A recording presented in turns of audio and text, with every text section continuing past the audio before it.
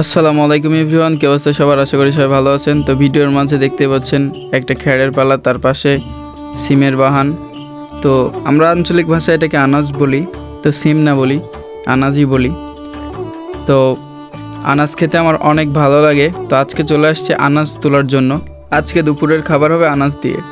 তো আনাজ তোলার পাশাপাশি একটা আনাজের বাহানের কাছে নিম গাছ ছিল। তো নিম গাছে দেখতে পাচ্ছেন একটা কুমড়া ঝুলে আছে। তো কুমড়াটা আজকে আমাকে নামাতে হবে, কারণ আমার দাদি আমাকে বলে গেছে যে কুমড়াটা নামিয়ে রাখবি। তো বাসায় গেলাম, বাসায় গিয়ে হাঁসা নিয়ে আসার পরে গাছে উঠবো। গাছে তেমন উঠি না বা উঠতেও পারি না সেরকম, তো ছোট ছিল ওই জন্য অনেক কষ্ট মষ্ট করে গাছে উঠলাম। তো গাছে উঠার পরে হাঁসাটা চেয়ে নিলাম আমার বোর্ড থেকে, ও নিচে ছিল। তো এখন কুমড়াটা কাটবো। তো কোনো রকমভাবে কষ্ট মষ্ট করে কুমড়াটা কেটে ফেললাম, কেটে নিচে ফেলে দিলাম। তো কুমড়া ফেলে দেওয়ার পরে হাঁসাটাও ফেলে দিলাম। ফেলে দেওয়ার পরে আমাকে বলে যে গাছে যেহেতু উঠে পড়ছেন তাহলে আমাকে কয়েকটা আনাজ নামিয়ে দিন।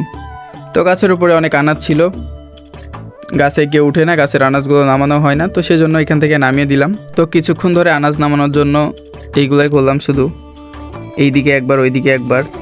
তো আনাজ নামানো শেষ করে গাছ থেকে নেমে পড়লাম।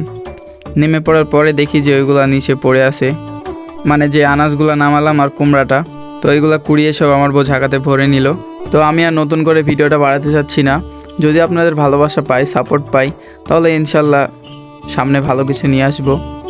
আর এই যে এটাই সেই কুমড়া যেটার জন্য মূলত গাছের উপরে ওঠা, এটাই সেই ভাইরাল কুমড়া। আসলে এখন কোনো কিছু করলে ভাইরাল হতে সময় লাগে না।